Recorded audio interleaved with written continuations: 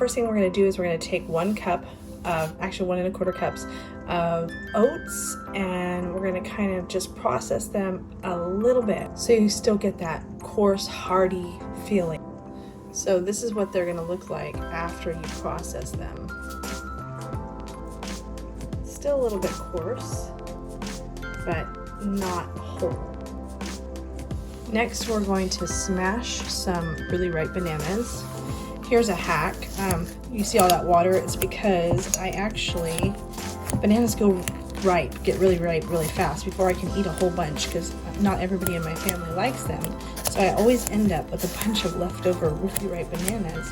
So what I do is I will bag them up in Ziploc bags, individual Ziploc bags, and I'll freeze them so that whenever I need to make a recipe of banana bread, or if I want to make, if I want to replace the oil in a recipe with banana so that it is lighter and less fat, then I can just pull it out of the freezer.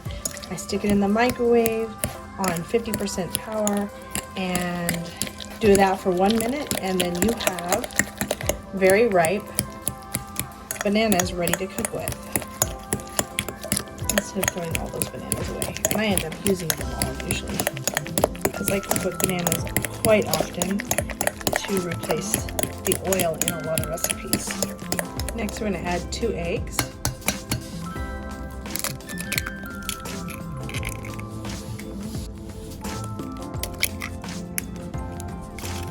Next, we're going to stir those into the bananas. So kind of whipped up in there, so they'll incorporate well into the recipe. Next, we're going to put in 1/2 cup non-fat plain Greek yogurt. This also helps with the moisture in the bread. Now we're going to add 2/3 cup of unsweetened almond milk. You can use the vanilla or you can use the plain. Next comes our processed oatmeal. And so that was 1 1/4 cups. And we're going to add 1 cup of whole wheat flour.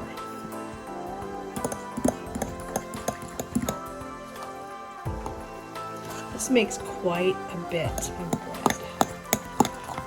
You can divide this into 2 loaves if you wanted to. Next, we're going to add 1 2/3 cup of sugar substitute. I'm using Splenda because that's my favorite.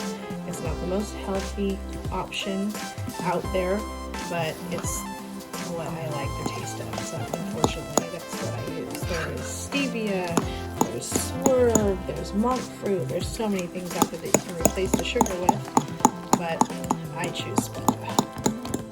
1 1/4 teaspoons of baking powder, 1 1/4 teaspoons of baking soda, and 1 teaspoon of salt. Now there are other add-ins you could add. You could add some cinnamon, which I'm going to do. Most banana breads don't call for cinnamon, but I like the fact because I put oats in there, the cinnamon goes really well, so I'm going to put 1/2 teaspoon of cinnamon in. Another add-in you can do is vanilla, just about 1 teaspoon of vanilla. And that just adds another depth of flavor to your bread. You could also add in some sugar-free chocolate chips or mini chips if you don't want that much, and then they go further. There's not so many points and not as sweet. You could add nuts. My family doesn't like nuts. I do, but they don't. So I don't usually put nuts in my banana bread. But you can just account for the points in that if you're on Weight Watchers. But other than that, this is like a 1-point slice of banana bread, and it's a pretty good slice of banana bread for 1 point. You get lots of fiber with the whole wheat and with the oats, and there's our banana bread. We're going to get it in the pan and put it in the oven, so I'll be right back. I'm using my Le Creuset cast iron baking pan. I'm going to spray it with butter-flavored non-stick cooking spray. And next we're going to pour in this bread.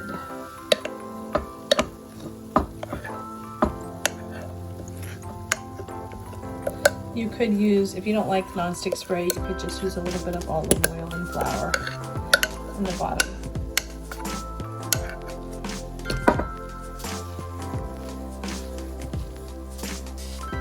Just for looks, I'm gonna put a few sprinkles of oats on top. And go ahead and spray those with a little bit of cooking spray.